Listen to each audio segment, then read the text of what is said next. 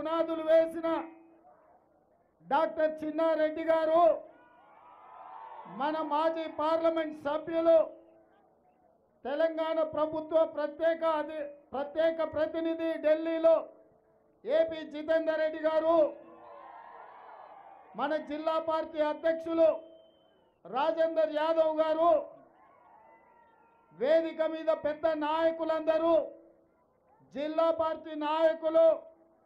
రాష్ట్ర స్థాయి నాయకులు, మండల పార్టీ అధ్యక్షులు, మిత్రుడు జీవన్ రెడ్డి గారు, గ్రామ స్థాయి అధ్యక్షులు,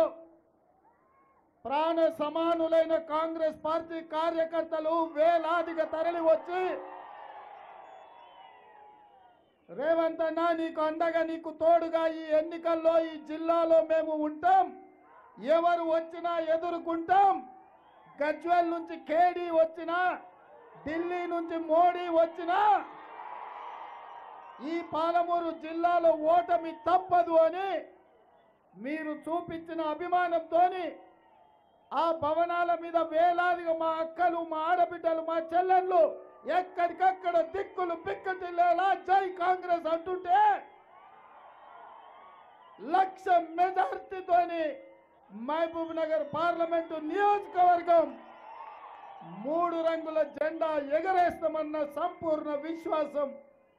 నాకు కలిగింది. సోదరులారా, ఇవాళ మీరు అనుకుంటుండొచ్చు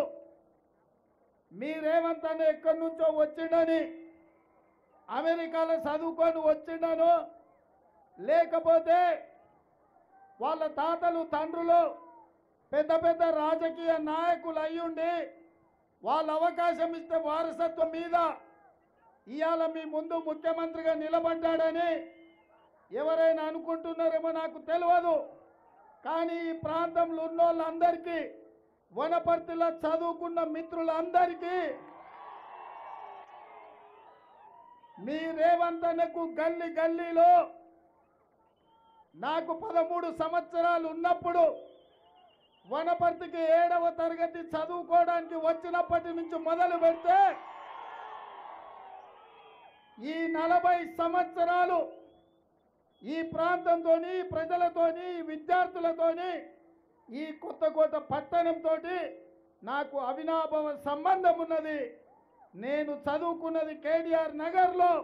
నేను చదువుకున్నది జిల్లా పరిషత్ హై స్కూల్లో, నేను చదువుకున్నది గవర్నమెంట్ జూనియర్ కాలేజ్ వనపర్తిలో. ఆనాడు నేను మీకందరికీ తెలవాలి,